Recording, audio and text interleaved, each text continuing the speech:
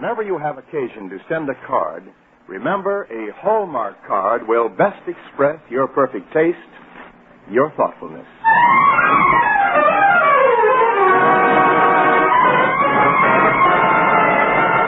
The Hallmark Charlotte Greenwood Show. And here she is, that lovable lady of stage, screen, and radio, Charlotte Greenwood.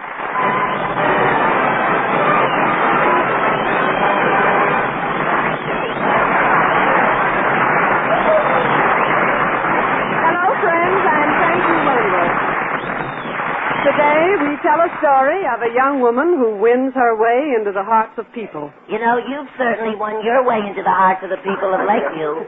In the words of Julius Caesar, you came, you saw, you conquered. Thank you, Oscar. In my day, the young men I invited to call on me weren't so well versed in Julius Caesar. What do you mean, Mrs. Greenwood? They came, they saw, and they beat it. And it isn't Mrs. Greenwood, it's Miss Greenwood. Oh, I'm sorry. Oh, you're sorry.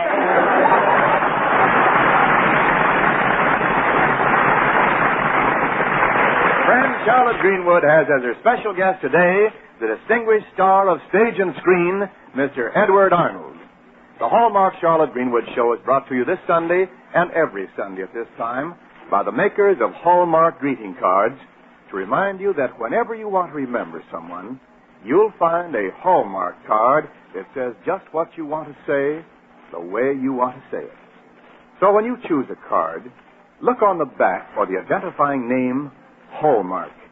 Yes, don't forget, a Hallmark card will best express your perfect taste, your thoughtfulness.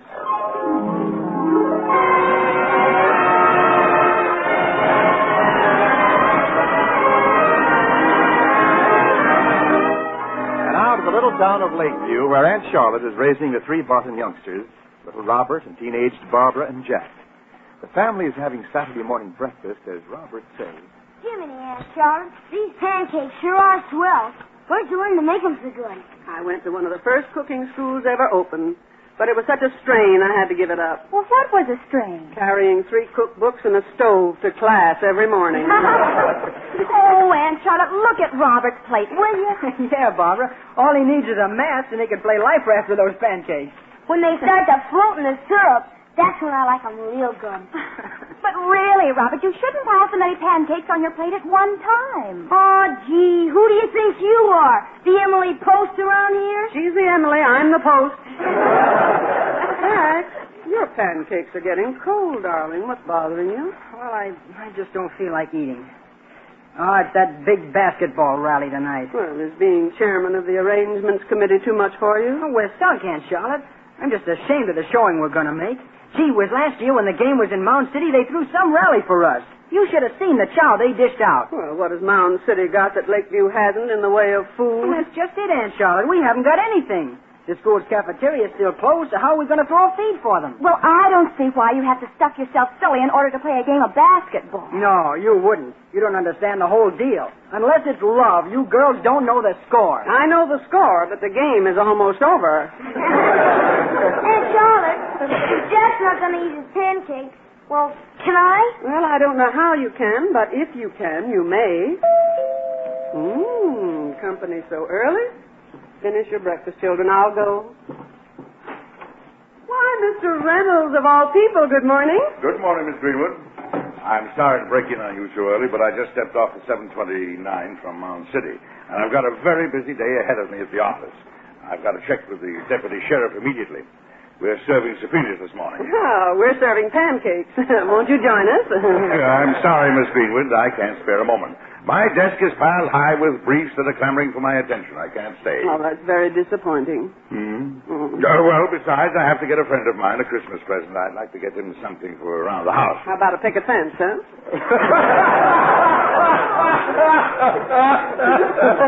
Miss Greenwood, I just stopped by to see if you'd be home. As attorney for the Barton estate, it is my duty to keep close tabs on its financial status. Tonight, I wish to discuss with you the whole question of the lunchroom. I understand there have been some mighty strange goings-on in connection with the box lunch service. Well, orders are starting to come in from offices already. Well, they'll have to do better than come in. They'll have to pour in before I'm impressed. They will. Now, you wait and see. People have to eat 3 meals a day. Well, I don't. Well, you've got a lot stored up. Wait a minute. Why am I laughing? Miss Greenwood, whether or not people have to eat, they apparently haven't yet connected this idea with the Barton lunchroom. And it's your responsibility to make money. I could make $10,000 by writing. There's only one catch. What's that? I can stand Jack Benny. Nevertheless, Miss Greenwood, I shall be over tonight to check on the figures for the lunchroom. Goodbye, Miss Greenwood. Goodbye, Mr. Reynolds. Finish your breakfast, children? That sounded like Mr. Reynolds, Aunt Charlotte. It was, Barbara. He's coming over tonight to go over the account. Well, gee, Aunt Charlotte, are you worried about that? Well, I'm not exactly looking forward to it with the same young flush of enthusiasm I experienced on my first date. When was that? I'm not telling. I'll give you a hint, though. At the time, I was too young to forget it, and now I'm too old to remember. Aunt Charlotte, I can't see why the bank had to appoint Mr. Reynolds to handle the estate anyway. Why couldn't you do it? Yes, Aunt Charlotte.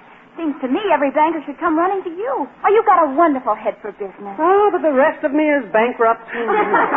Oh, that old Reynolds is such a tough lawyer. Yeah, Aunt Charlotte. Just exactly what is he supposed to do? Well, he starts by asking questions, and what he does depends on the answers. But, gosh, the lunchroom's only been open since September, and with Sylvester in there giving it the old college try, we can't miss. Old Reynolds will have to admit that lunchbox deal you started is pretty sharp. Old Reynolds, as he's so fondly known in this family, doesn't have to admit anything. We're the ones who are on trial, financially speaking. And it's that lunchbox service that's going to affect the decision.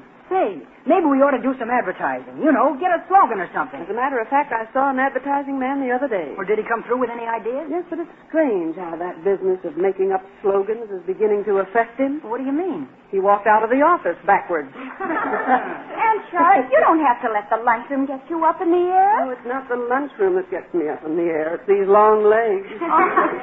You seem to forget I'm taking a course in business administration, and, well, I've been discussing the box lunch service with Sylvester. Well, what have you been talking about?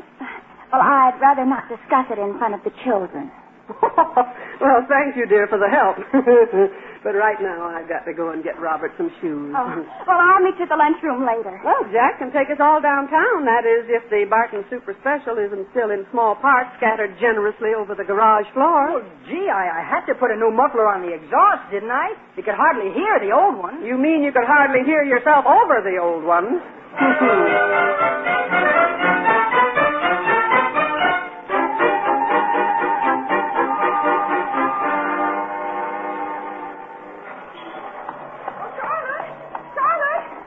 Now, who? Why, Matilda Hamilton. We've been shopping, Mrs. Hamilton. Oh, so have I, Robert. My, Charlotte, aren't the stores crowded? Why, everybody in the world was in Sears Roebuck. Except Montgomery and Ward. When I got to the stocking counter, there was nothing left to showcase. Yeah, why didn't you buy it? So what do you think I've got in this large package? Well, you'll never guess what I've got in this package. Ski pants. Now, not for you. And what a time I had getting them. I went to store after store after store. I never covered so much territory in one stretch. Well, neither will those pair of ski pants.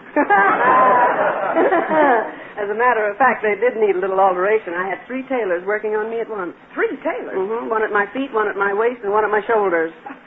Heavens, did they get in each other's way? No, the fellow that was working on my shoulders was on the 2nd floor. Oh, Charlotte, I'm so glad I ran into you today. You see, we were supposed to have our annual meeting of the State Garden Club tomorrow afternoon in the auditorium. Oh, you wanted me to do something about that? Oh, no. It's just that, something's gone wrong with the furnace. Oh, and that's why you're glad you ran into me? Yes. Oh, I mean, no. Can you fix furnaces, Mrs. Hamilton?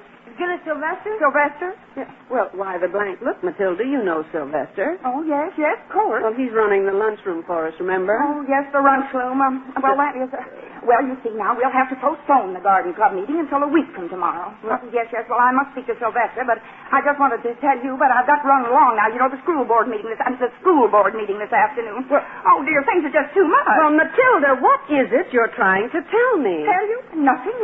Honestly, if I ever get through this day, Charlotte, I'll just have to call you later. Goodbye. Well, it's nice seeing you, Matilda, and so enlightening.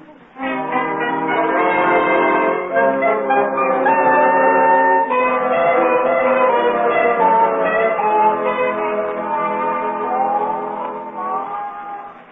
Aunt Charlotte, doesn't look as though there are any customers in the lunchroom. No, Robert, can't say we look very prosperous. Let's go in and see what Sylvester has to say. Hello there. That's a good beginning. Hello there, Sylvester. How was the over-the-counter business today? It was better. You mean better than yesterday? No. Better than last week? No. Better than what, Sylvester? Better not go into it. I see. Well, didn't the children like your new sandwich spread? I don't know. Didn't they say whether they liked it or not? Didn't say they didn't. Yes. Well, coming from you, that means they love it. I'm so glad, Sylvester, because so much depends on making the lunchroom a success. Yes, I guess it does. Bought an order of paper plates.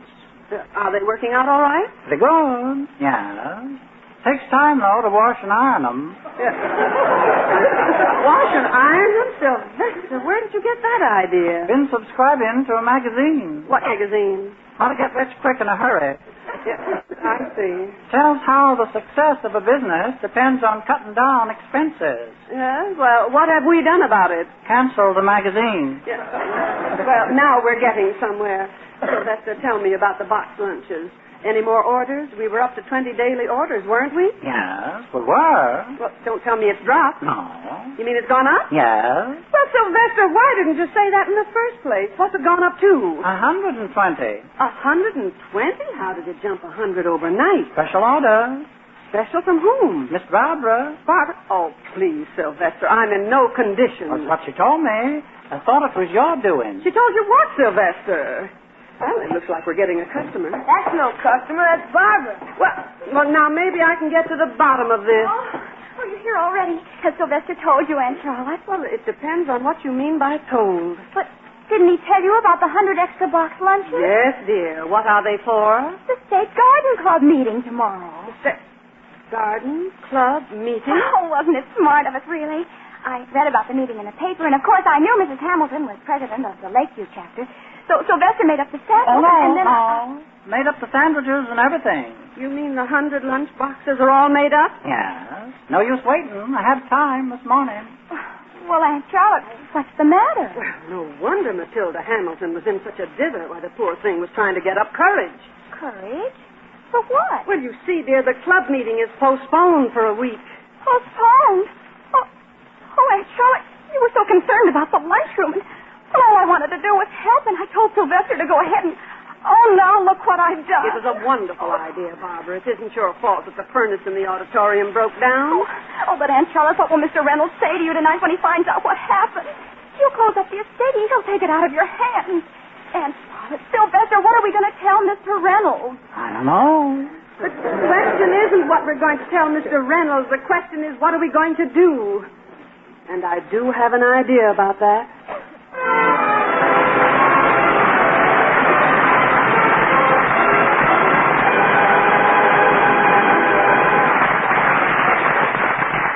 With Christmas only 8 days away, this is the last call to last-minute card shoppers. Yes, for there's so little time to select your Christmas cards, address, stamp, and mail them to reach your dear ones before Christmas.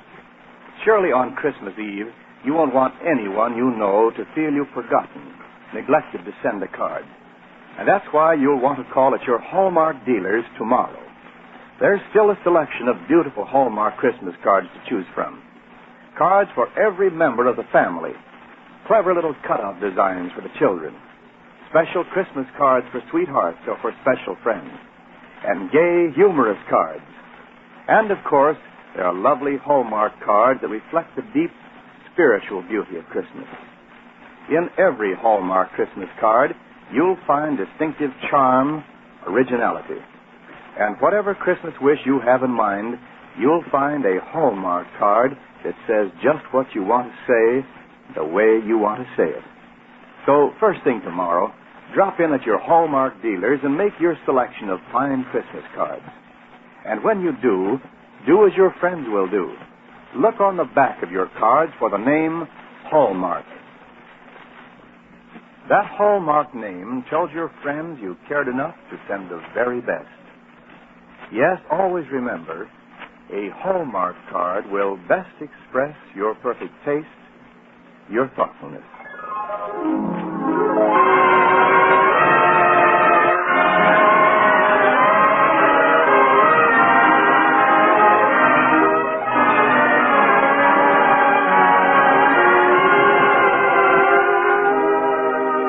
Back to the Hallmark Charlotte Greenwood show. Barbara's good intentions in boosting sales for the lunchroom have backfired. For the $100 lunches made up for the Garden Club meeting seem destined to go to waste, as the meeting has been suddenly postponed. Now, looming before Aunt Charlotte is the ordeal of facing the uncompromising Mr. Reynolds, attorney for the Barton estate. Charlotte has already put a plan into action which she feels will work, providing she has enough time for it to work before Mr. Reynolds really gets down to cross-examining her about the lunchroom. But at this very moment, Mr. Reynolds is standing at the door. Oh, Mr. Reynolds, do come in. Thank you, Miss Greenwood. Miss Greenwood, isn't that a new doormat you have outside? Yes, Sylvester made it. Well, why does it say ceremony instead of welcome? Well, that's so when anybody comes to the door, he can say, "Come right in. Don't stand on ceremony." Miss Greenwood, we might as well get right down to business. I'm here to discuss the matter of the lunchroom. What about the lunchroom? Well, from what I've heard, that is from people who know you and the little I've seen of the house, I'm quite willing to believe in your competence as a parent. As a mother, you've been great. Simply great. In fact, grand, if you know what I mean. Yes, I'm a great-great-grandmother. I know what you mean. Miss Greenwood, you must understand such competence is not necessarily the best qualification for successful business enterprise. Well, I'm very glad to hear you say so, because it confirms my own judgment. I put Sylvester in charge of the lunchroom. Yes, yes, and that's precisely why I'm here tonight. I've heard something about a box lunch service he's running for you. Oh, it's a very worthy service, Mr. Reynolds. Worthy? Good grief, woman. Business is not for sentimentalists. To the victors belong the spoils. It's the age-old law of the jungle. Oh, then I do fit in. When I was a child, my mother used to call me her little kangaroo. And what did she call you when you grew up? Her big kangaroo. Miss Greenwood, you tickle me. I will if you let me get a feather out of my hat. Miss Greenwood, I wish you wouldn't distract me. The point is, I don't believe the town can support a box lunch service. According to my figures, you're up to the grand total of 20 lunches a day. Miss Greenwood, who keeps your books for you? Everybody I lend them to. Well, that has nothing to do with the case. Now, as you know, I carry a lot of weight with the bank. You carry a lot of weight without the bank. Oh, women have absolutely no sense of business. I knew a woman once. Now, Mr. Reynolds, let's both stick to the facts. Why not? After all, we're both stuck with our figures.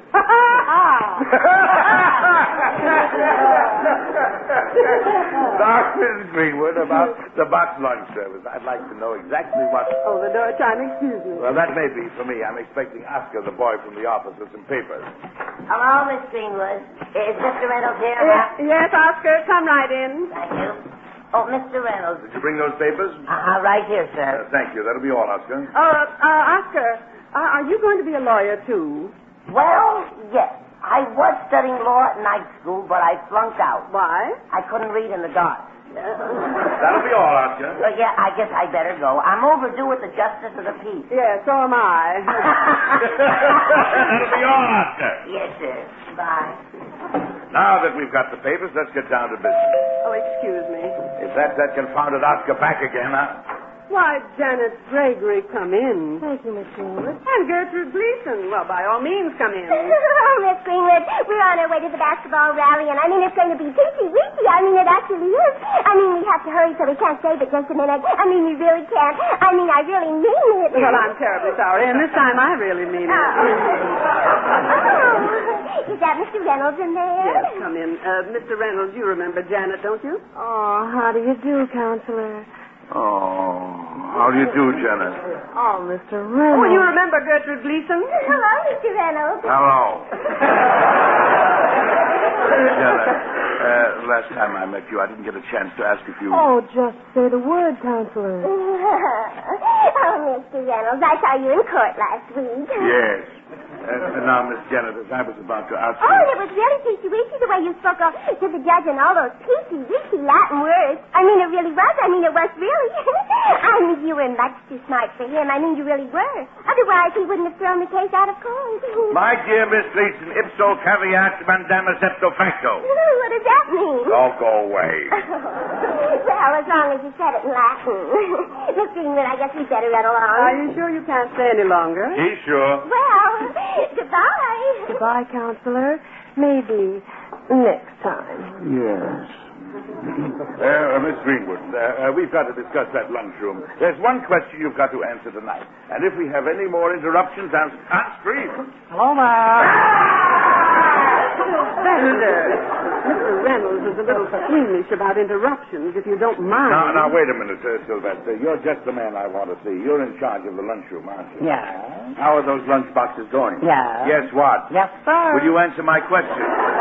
How are those lunch boxes going? A delivery boy. How many? One boy. How many lunch boxes? As many as he can carry. Will you please let Sylvester answer? He was down there today. He'll tell me how many orders went out, won't he? Really? Should I? Can he? I don't know. Oh, good.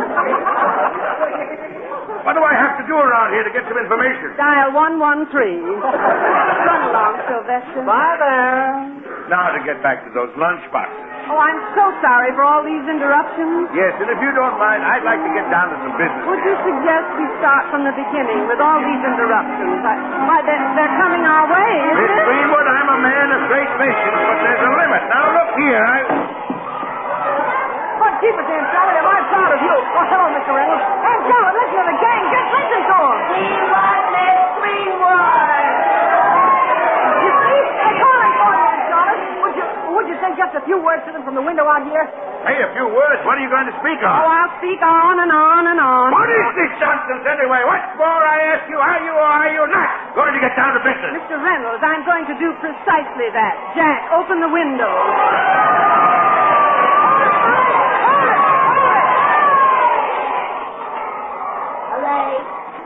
And, Charlie, I just want to say this, and I'm speaking in behalf of the whole student body.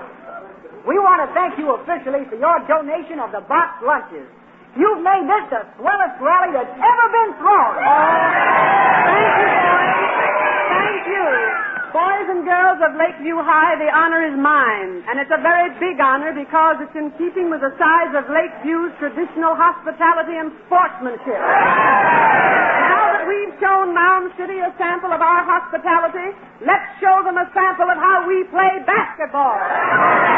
Remember, I'm right behind you, and I'll stay behind you because if I got in front of you, you couldn't see the game. So get in there and hit, and I know you'll win.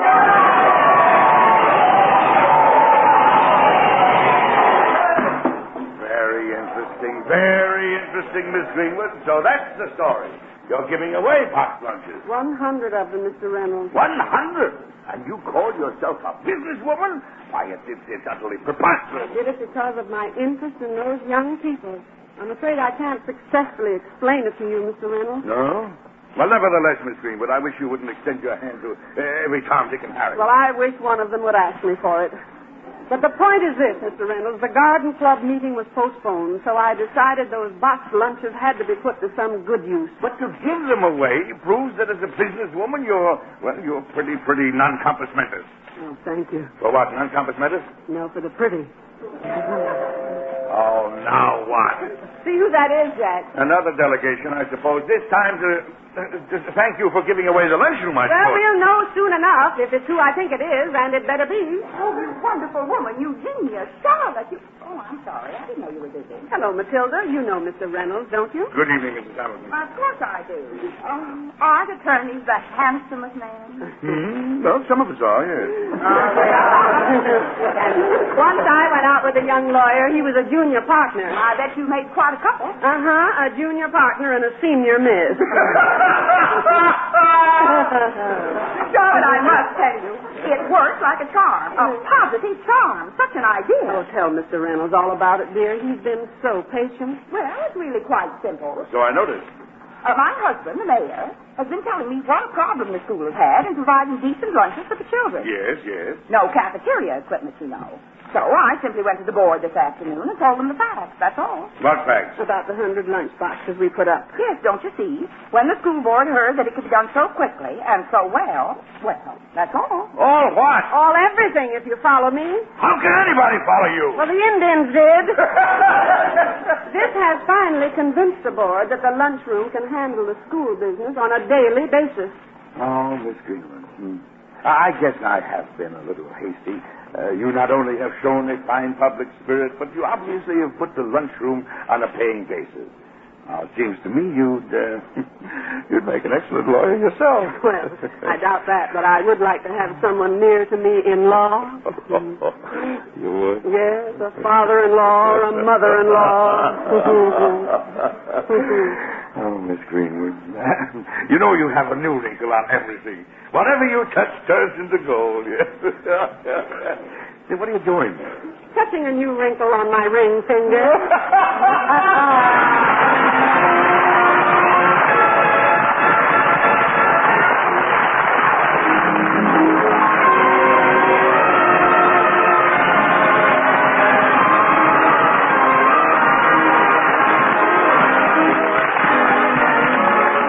Charlotte Greenwood will be back in a moment.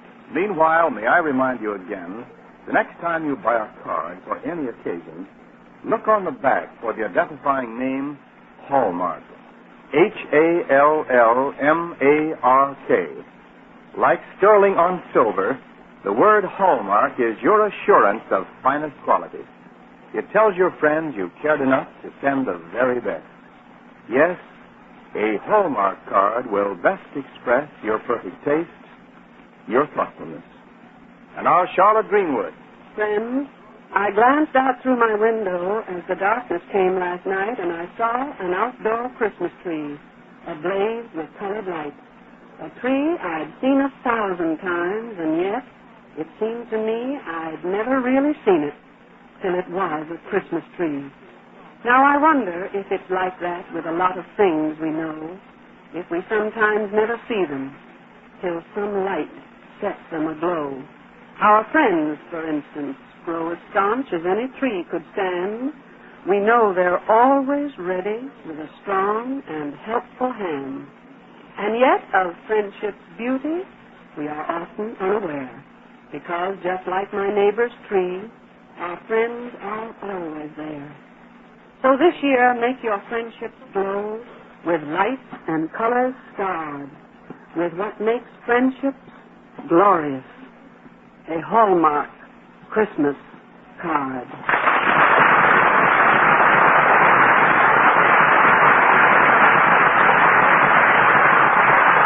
And now, until next Sunday at the very same time, this is Charlotte Greenwood saying, so long, friends, until we meet again.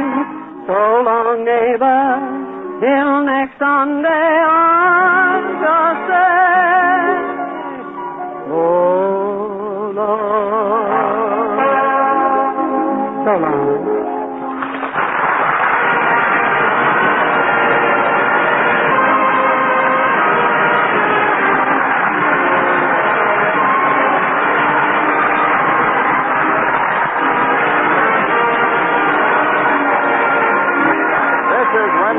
Speaking.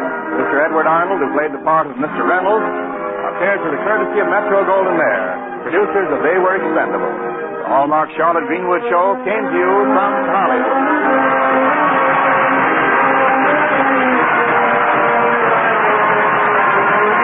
The Hallmark Charlotte Greenwood Show is written by Leon Meadow, Phil Cole, and Hi Alexander.